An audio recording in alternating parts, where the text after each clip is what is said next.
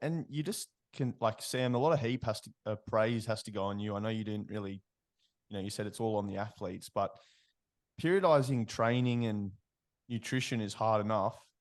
But then having to think about the insulin sensitivity factor coming into events. So, if you're training them late in a week and say that they're commencing it, or imagine because it's an aerobic endurance kind of sport, they are having a tapering off period where they're loading up on carbohydrate and resting coming into events.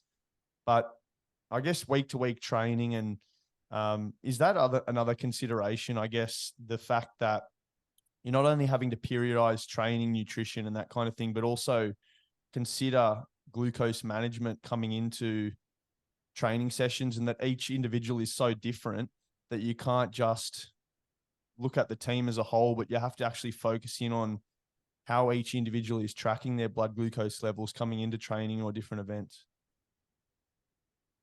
Well, yeah, well, I mean, I would say that I don't deserve any praise at all for this. Really, it's so my role was when we started this, we knew very little about what was happening during these races in terms of glucose, what their behaviors were during rides in terms of insulin administration.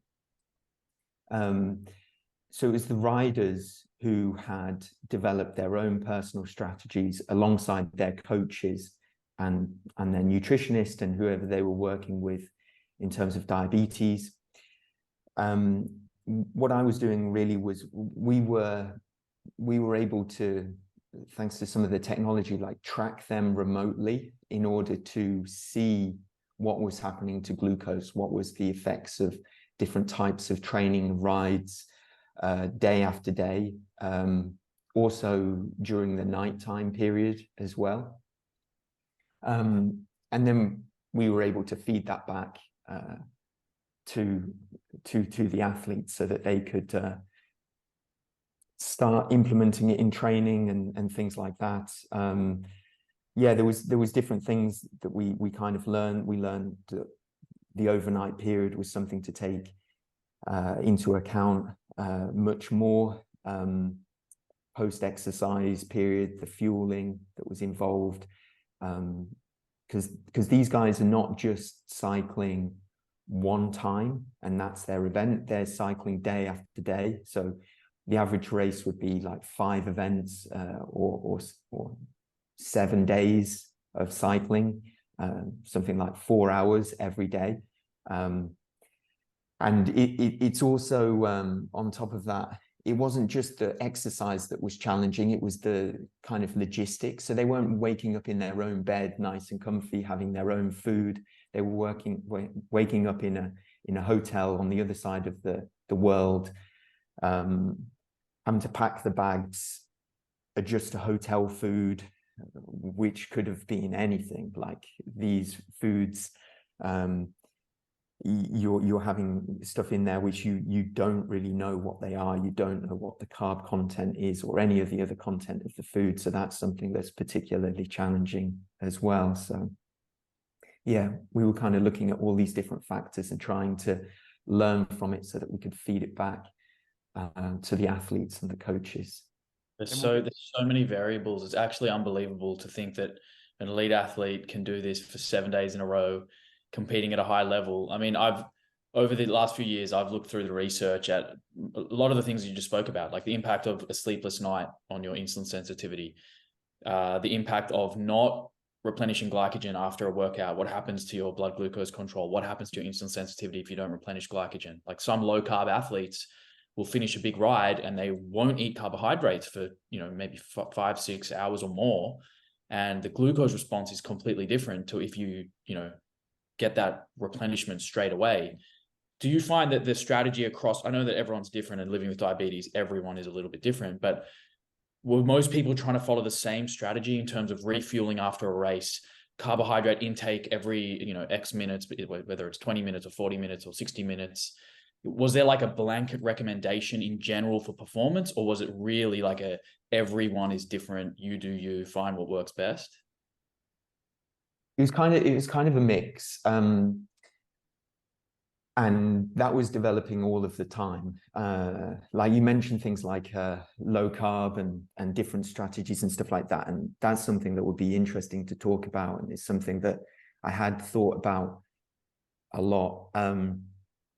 In terms of those athletes, they would really kind of manage it individually based on themselves. And it would differ throughout periods of the season, depending on where they were, depending on the type of rider that they were, depending on the type of race that was coming up. But I would say that they have less flexibility than an athlete without type 1 diabetes in terms of some of these like low carb diets.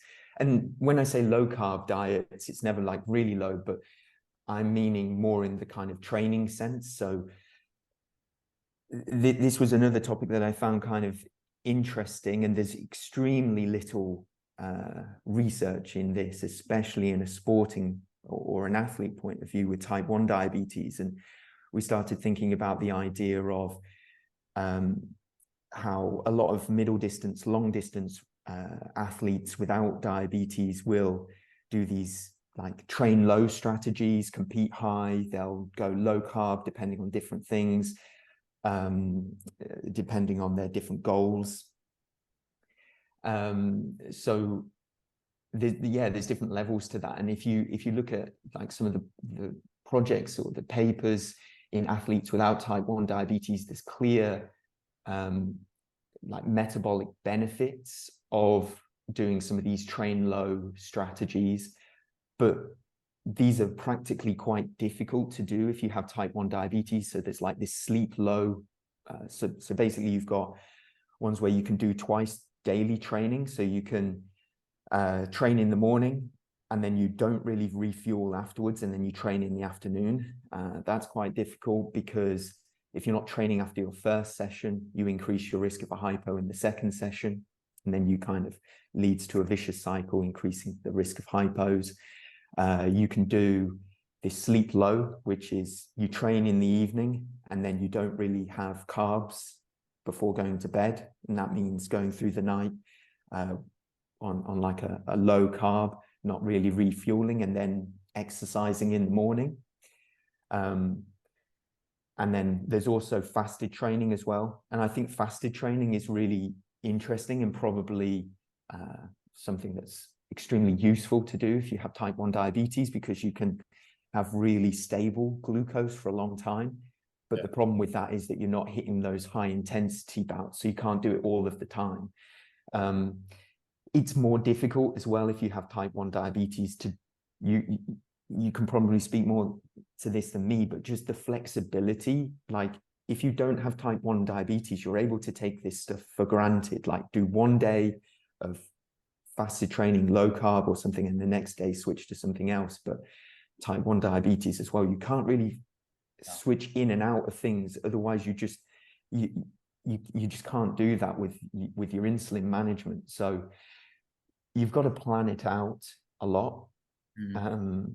The idea of sleeping low, I mean, I've tried this before where I've done a PM workout, like a sort of late evening or before dinner kind of workout, whether it's moderate intensity continuous training or even just a resistance training workout, and then followed that by a very low carb meal and then gone to sleep. I can't tell you how many times I've woken up in the night just eating glucose all night just to keep my blood sugar up. So as a strategy, like you say, on paper, sure, it can make sense. Physiologically, it can make sense. But practically speaking, when you're actually living with the condition and your CGM alerts you every 30, 40 minutes throughout the night to go eat carbohydrates, unless you know how to adjust your basal insulin or even your bolus insulin at the meal before, it's really hard. Like it's not as simple as just going, oh, okay, I'm just going to go low carb for dinner tonight and I'll wake up tomorrow and do my workout. You've got to know how to manipulate your insulin requirements literally on a 12-hour basis. So that depending on what that last meal is, your insulin dose is going to look pretty different to if that meal was a high carbohydrate meal where you're then sleeping the night with, replenished glycogen stores. It's like a completely different context, which I imagine as an athlete, especially with type 1, it would be hard to just implement these strategies, and try different things, because like you say, the variables involved, there's just so many.